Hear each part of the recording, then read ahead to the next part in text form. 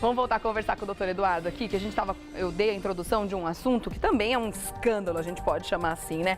Polícia Civil só investiga 1 a cada 10 roubos em São Paulo. Quer dizer, isso mostra a forma tupiniquim como a gente encara os crimes, não só na nossa cidade, mas acho que no Brasil inteiro, né, doutor Eduardo? Regiane, é o que nós estávamos falando agora, a questão da investigação. Por exemplo, da ação de um policial e que ela não é investigada. Ela não se toma uma providência em relação a isso. Interesse nisso. Então, o que acontece? Se a própria corporação não investiga os seus próprios, os seus próprios policiais, você imagina a questão da investigação com relação àquele que é mortal, né? Porque nós chamamos que são pessoas mortais. Só para você ter uma ideia, 230, isso em 2013, 232 mil boletins de ocorrências deixaram de se instaurar inquérito policial. Porque o que acontece? O que é um boletim de ocorrência? Até para as pessoas entenderem. O boletim de ocorrência é a notícia de um fato criminoso, ou seja, alguém que foi prejudicada leva isso para a autoridade policial dizendo o seguinte: olha, eu fui vítima de um crime. A partir do momento que aquela declaração é dada, automaticamente o delegado, ele tem que fazer o seguinte, ele tem que investigar, ele tem que levantar. Por que na verdade simplesmente deixa de instaurar inquérito de 232 mil boletins de ocorrência? Aí vem o governador que não entende nada de crime, entende nada. O governador Alckmin não entende nada de crime. O que ele diz? Não, ele diz o seguinte: o boletim de ocorrência não é o suficiente para poder instaurar um inquérito policial. Não tem tamanha bobagem que esse governador disse, porque isso não tem bobagem maior do que essa. Mas isso porque a única coisa que o prejudicado pode fazer é pedir para a polícia fazer um boletim de ocorrência? O boletim de ocorrência é a notícia de um crime. O cara, a pessoa está chegando, chegou lá e relatou o problema. Se ele está dizendo que tem um crime, o que cabe ao delegado? Investigar aquele crime. Agora, vem o governador e diz que só o boletim de ocorrência não é o suficiente. Isso, na verdade, é um absurdo. E ele disse que o que é suficiente? Mas ele mostrou o problema, ele deu a solução ou não? O problema é o seguinte, que ele disse que não é o suficiente, mas ele esquece de falar a segunda parte. Olha, que ele tinha que falar assim, ó, o boletim de ocorrência não é o suficiente. Por quê? Nós não temos condições de investigar. Nós, a polícia, nós não temos competência, nós não temos capacidade, nós não temos absolutamente nada para poder te atender, cidadão. Lamento profundamente, é isso que ele tinha que ter falado.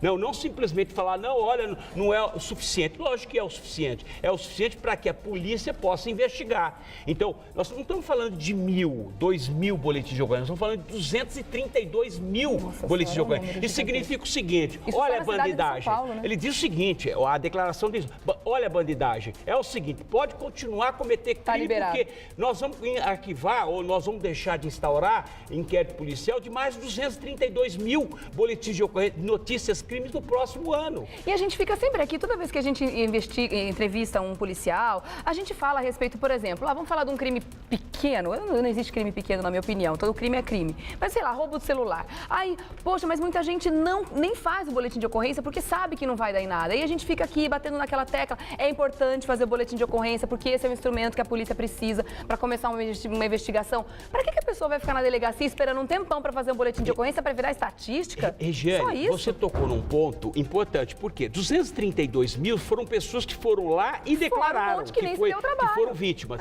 Você imagina que aquelas pessoas que fazem uma coisa, não vai ter absolutamente nada. Não vai dar nada mesmo. O governador já disse que não vai dar acontecer nada, então eu vou assim, não vou nem perder meu tempo. Então, isso aqui, você pode estar certo que isso aqui triplica. E fora que o atendimento é horroroso. Você que está em casa, que já foi até uma delegacia fazer um boletim de ocorrência, sabe muitas vezes como foi atendido. Até mulheres que vão na delegacia da mulher relatam que quando vão muitas vezes falar sobre crimes de agressão e tudo mais, são maltratadas também.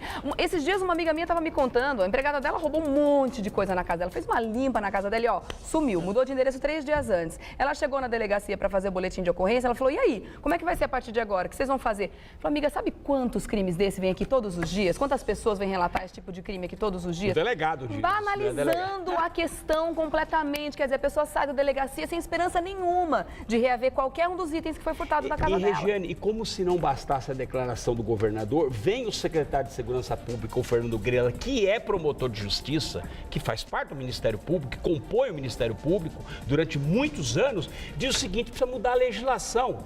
A legislação na verdade, não precisa ser mudado. O que precisa fazer é esse bando de policiais começar a trabalhar. E mais, e o governador, ao invés de gastar 260 milhões comprando aqueles caminhões de guerra para colocar e debelar manifestações, contrata pessoal. comprar, sabe o quê? Não, contrata pessoal, não é só o pessoal, né? Ou seja, dá instrumentos de investigação, ou seja, dá recursos para essas pessoas. Tem policiais que não quiseram, policiais civis, que não quiseram se identificar numa reportagem que a Folha fez e que eles disseram o seguinte: não temos nada, não temos como fazer. Então nós temos que escolher. A gente está atrasado 40 anos nos materiais de investigação. Nós temos que escolher o que é que nós vamos investigar.